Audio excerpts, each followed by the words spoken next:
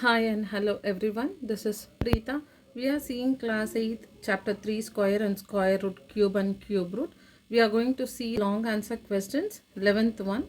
Find the value of y if square root of 18 into 50 into y is equal to 168.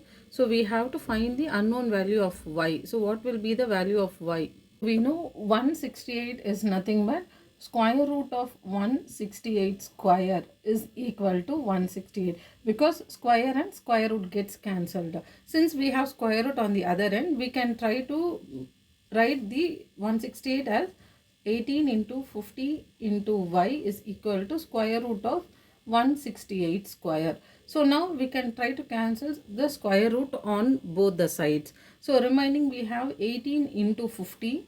So 18 into 5, 8 5s are 40 and 5 1s are 5 plus 4, 90. Since we have 50, so 18 into 50 will be, we have to add one more 0, 900. So 900 into y will be 168 square. So we will try to find 168 into 168. So 168 into 168, we will be getting the value as 28,224.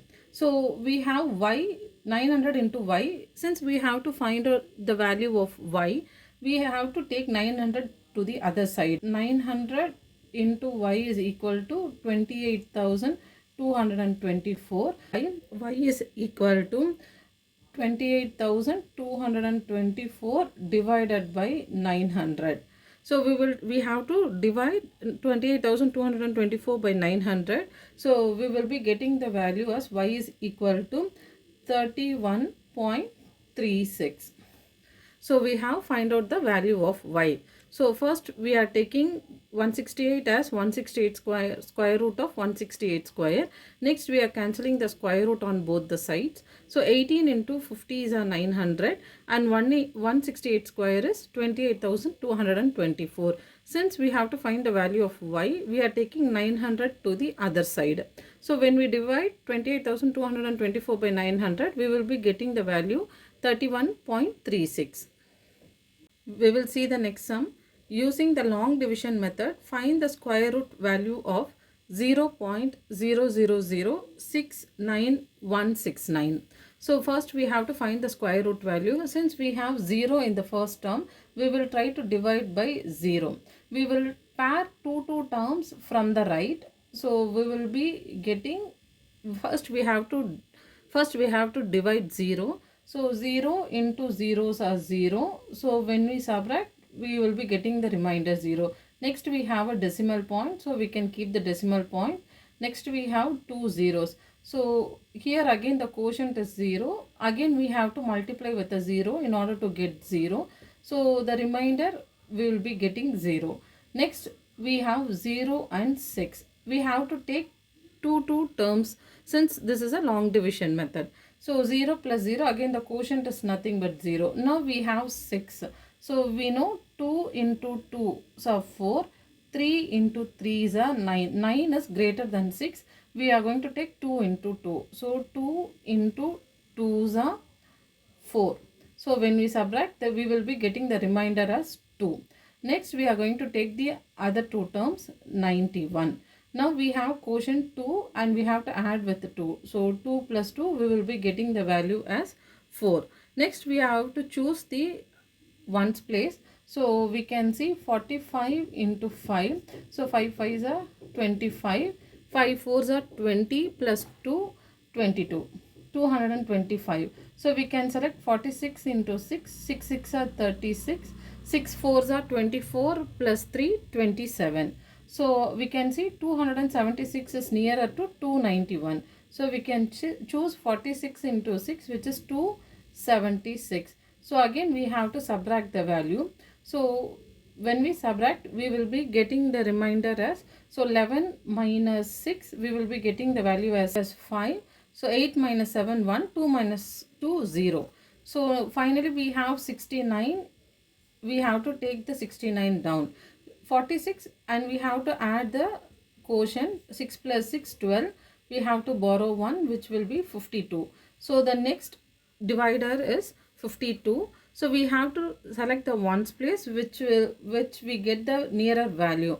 So we can see 521 into ones are 521, 522 into 2. So 2 twos are 4, 5 twos are 10, 1044. We can try to select 523 into 3. So 3 threes are 9, 3 twos are 6, 5 threes are 15. So we get the exact value. So we can choose 523 into 3, 1569. So when we subtract, we will be getting the remainder as 0. Therefore, finally, square root of 0.00069169 is equal to 0.0263. We will see the 13th sum. If n cube is equal to 4, 12 by 125, find the value of n square minus 1. So we have to find n square minus 1. In order to find n square minus 1, first we will try to find the value of n. So n cube is in mixed form. So when we multiply 125 into 4, so 5 fours are 20, 4 twos are 8, plus 2, 10, 4 ones are 4 plus 1, 5, 500. So plus 12, we have to add 12, which will be 512. So n cube is equal to 512 by 125. So we have changed it into proper fraction. Now we will take cube to the other side. So which becomes cube root of 512 by 125. So we know 8 cube is equal to 8 into 8 into 8, which is 64 into 8, 512. Same way, 5 cube is equal to 5 into 5 into 5. 5 5s are 25, 25 into 5s are 125. So this can be written as n is equal to cube root of 8 cube by 5 cube. So which is n is equal to cube root of 8 by 5 whole cube. So cube and cube root gets cancelled and n value is 8 by 5. So we have found out the n value. From this we are going to find out what is n square minus 1. So n is equals to 8 by 5. So n square is nothing but 8 by 5 whole square. So n square minus 1 is equals to 8 square is 8 into 8 by 5 into 5 minus 1. So which is 8 into 8 is 64 by 25 minus 1. Since the fraction is in subtraction, we have to take the LCM. So we have to multiply here with 25. So we have to multiply with 25 and 25 to the second term. So which is 64 by 25 minus 25 by 25. So next we have 64 minus 25 by 25. So n square minus 1 is 64 minus 25 by 25. 64 minus 25 is 39. So which is equal to 39 by 25. So we can write 25 when we divide 39, 25 into 1s are 25 and the remainder will be 14. So which is equal to quotient, we have to write the quotient over here, 1, 14 by 25. Therefore, the final answer n square minus 1 is equals to 1, 14 by 25. We have found out the value of n square minus 1.